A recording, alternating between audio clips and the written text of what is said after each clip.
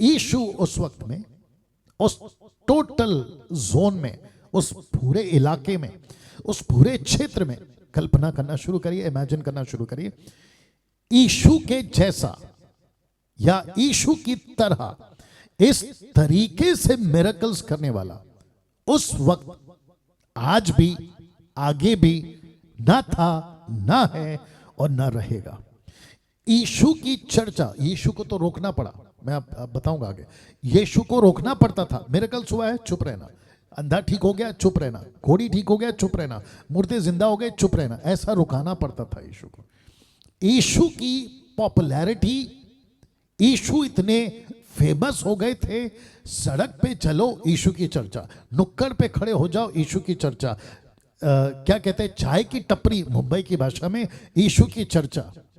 पेड़ के नीचे बैठे बुजुर्ग लोग, किसान लोग आपस में चर्चा कर रहे तो यीशु की चर्चा। गडरिए यीशु की चर्चा। जिनके 2000 सुअर मर गए उनको पूछो, यीशु की चर्चा।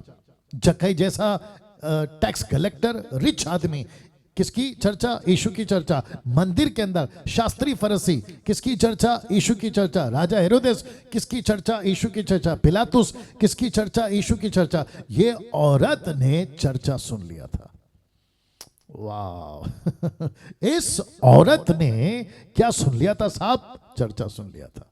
और ऐसी चर्चा जो असंभव, यीशु खुद कहते हैं, मेरी बातों पर विश्वास मत करो, कम से कम मैं जो चमत्कार करता हूं उस पर तो विश्वास करो। अब आप अंदाजा लगा लो कि जो पुस्तकों में 36 चमत्कार लिखे हैं क्रोनोलॉजिकल ऑर्डर में, उसको अगर हम देखकर कहते हैं कि क्या गजब के चमत्कार हैं जो घटित हुए थे, और उसको नहीं लिखा, अगर वो लिखते तो फिर साहब खेल खत्म।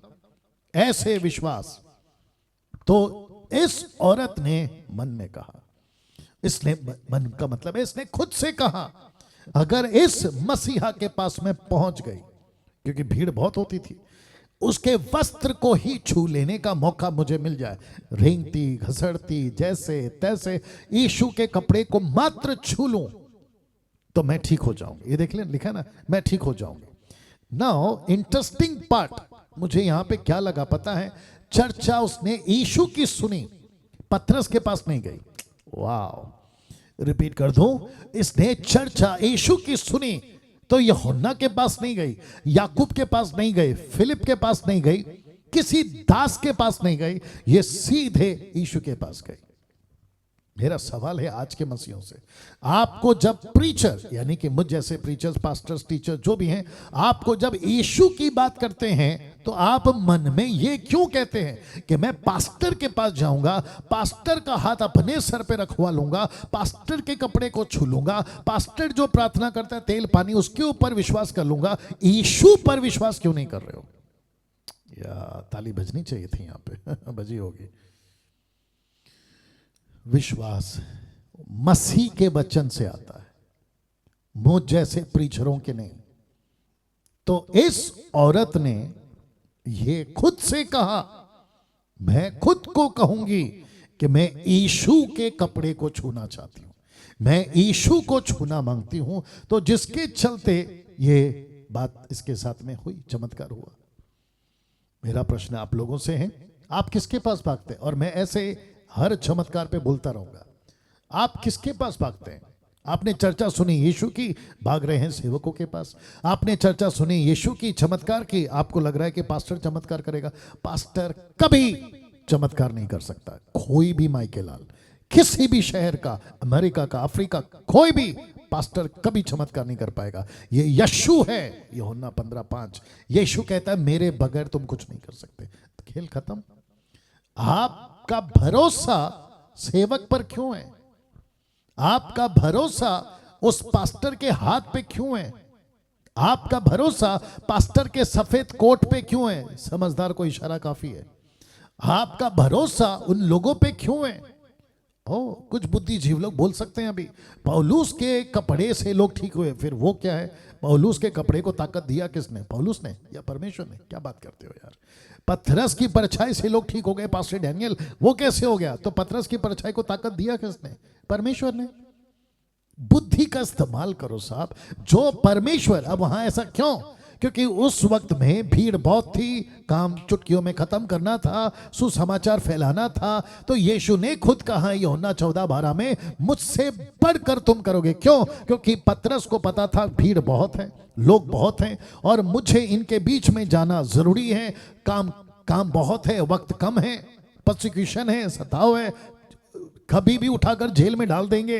पौलुस को, पतरस को डाल दिए थे। तो यीशु ने कहा है कि अगर एक एक को ठीक करते बैठूंगा तो बहुत वक्त हो जाएगा। एक काम करते, हाथ से तो होता रहेगा चमत्कार, परछाई से भी होने दो, कपड़े से भी होने दो। वो वक्त था साहब।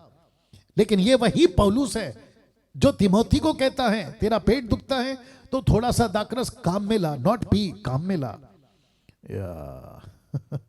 उसको ठीक क्यों नहीं किया फिर? समझ में आ रही है ना बात? और ऐसे बहुत सारे एग्जाम्पल्स हैं मेरे पास में, ऑलरेडी प्रचार कर चुका हूं, आगे भी करता रहूंगा। इंपॉर्टेंट लाइन यहां पर क्या है? यीशु की चर्चा सुनी, यीशु के पास जाओ। मैं रिपीट करता हूं, यीशु की चर्चा सुनी, यीशु के पास जाओ। ये औरत यीशु की चर्चा सुनी, यीशु के पास गए, किसी के पास नहीं गए। आज आप किसके पास जा रहे हैं? खास करके पंजाब के लोग, आप किसके पास जा रहे हैं? कुछ लोग कहते हैं इस जगह पे चमत्कार है। मूर्खता, नॉनसेंस। जगह पे कभी चमत्कार नहीं होता। चमत्कार परमेश्वर करता है, जगह कोई भी हो। आपने नहीं सुना तो रिपीट कर दूं, जगह कोई भी हो, चमत्कार तो प्रभु करता है। और तब करता है जब आपका विश्वास यीशु पर हो ना। ऐसा भी मैंने सुना है कि कहते हैं कि जैसे औरत ने मन में कहा, तुम भी मन में कहो, रिपीटेड। तो सीक्रेट बुक से ये टीचिंग आई है। सीक्रेट बुक, अविश्वासी लोग, वहां से ये टीचिंग आई, सीक्रेट बुक से आई है। तो इसका मतलब ये हुआ कि कहते हैं कि औरत ने कहा, रिपीटेड वर्ड, चमत्कार हो जाए, चमत्कार हो जाए, मैं ठीक हो जाऊं। कहते बोलते रहो, बोलते रहो, बोलते रहो। जी नहीं, आपको शायद नहीं पता, पहला यूहन्ना 5:13, 14, 15 क्या कहता है? तू प्रार्थना कर, लेकिन पिता की मर्जी होगी तो ही प्रार्थना को उत्तर मिलेगा, नहीं तो नहीं होगा। और यूहन्ना 15:7 क्यों भूल जाते हो? यदि तुम मुझ में, मेरी बातें तुम में, जो चाहो मांगो मिलेगा। तो शर्त है, कंडीशंस आर अप्लाइड। दिक्कत की बात यहां है कि कुछ वचन उठाते हैं और उसको डॉक्ट्रिन बना देते हैं कि कन्फेस करो, कन्फेस करो, कन्फेस करो। मूर्खता की शिक्षा है, मूर्खता की शिक्षा है। ऐसे ऐसे प्रीचर्स हैं आज हमारे मसीह के देह में, कहते हैं कन्फेस करो, कन्फेस करो। नौकरी नहीं है, नौकरी मिल जाएगी, नौकरी मिल जाएगी, नौकरी मिल जाएगी, नौकरी मिल जाएगी। मूर्खता है ये। परमेश्वर का काम करो, उसको नौकरी देना है, वो देगा। प्रार्थना कर कर, मरकुस 11:24, प्रार्थना कर कर प्रतीति करो और मिल जाएगा और हो जाएगा। दो बातें वहां पर, लेकिन रिपीटेड करने को नहीं बोला। इसलिए यीशु ने कहा अन्य जातियों की नहीं, बक बक मत करो। मत्ती का 6वां अध्याय आपको याद आ गया होगा, बक बक मत करो, यही तो लिखा है। लेकिन यहां पे कुछ लोग सिखाते हैं, सीक्रेट बुक से आया टीचिंग, बोला रिपीट करो, ब्लेसिंग आएगी, ब्लेसिंग आएगी, मिरेकल्स आएगा। पंजाब का मैंने सुना था किसी से, 9 बार आमीन बोलने से आपको मिरेकल मिलेगी। एक विचित्र प्राणी है, नाम नहीं लूंगा, मुझे डर भी किसी के बाप से नहीं है।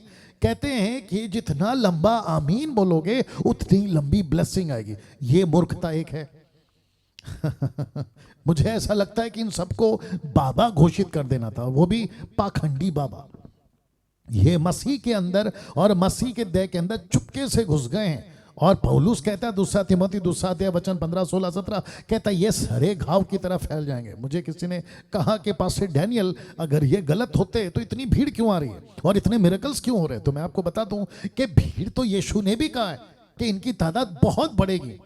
सकरे रास्ते में कम, चौड़े रास्ते में बहुत ज्यादा मिरेकल्स करने वालों की लाइन, कतार लगेगी। नरक, स्वर्ग में, नरक में जाने वालों की, हे प्रभु बोलने वाले स्वर्ग के राज्य में नहीं जाएंगे। चमत्कार किए, ये वही बाबा लोग हैं जो यीशु की भेड़ को, यीशु के शीप को यीशु के पीछे ना दौड़ाकर अपने पीछे दौड़ाते, ये वो लोग हैं। और इसी वजह से इनकी जो तादाद है ना, क्या कहा मत्ती 13 में, ऐसे बीज हैं, शैतान का बीज, ऐसे बीज हैं जिनको बहुत बोया जाएगा। और इनकी जो घास है ना, या जंगली बीज है ना, ये बहुत पनपेगी। मिरेकल्स कैसे होते हैं पास्टर डैनियल? मिरेकल्स कैसे हो रहे हैं फिर वहां पर, और वो भी ऐसे ऐसे मिरेकल, प्रोफेसी बिल्कुल सटीक। तो मेरा प्रश्न है, क्या दुष्ट आत्मा मिरेकल नहीं कर सकता? ऑफ कोर्स कर सकता है। क्या दुष्ट आत्माएं प्रोफेसी नहीं कर सकती? ऑफ कोर्स कर सकती हैं। और इनके चलते आप और कुछ लोग जो हैं धोखा खा जाते हैं, कहते हैं कि अरे सब कुछ हो रहा है। तो मेरा पॉइंट यहां है कि किसी भी प्रकार से आप बहके नहीं। यीशु की चर्चा सुनिए, यीशु के पीछे चलो। यीशु का प्रचार सुना है, यीशु के पीछे चलो। यीशु पर विश्वास किया है, यीशु से ही आशीष पाने की और चमत्कार की अपेक्षा करो, हम जैसे हड्डी मांस के इंसानों से नहीं।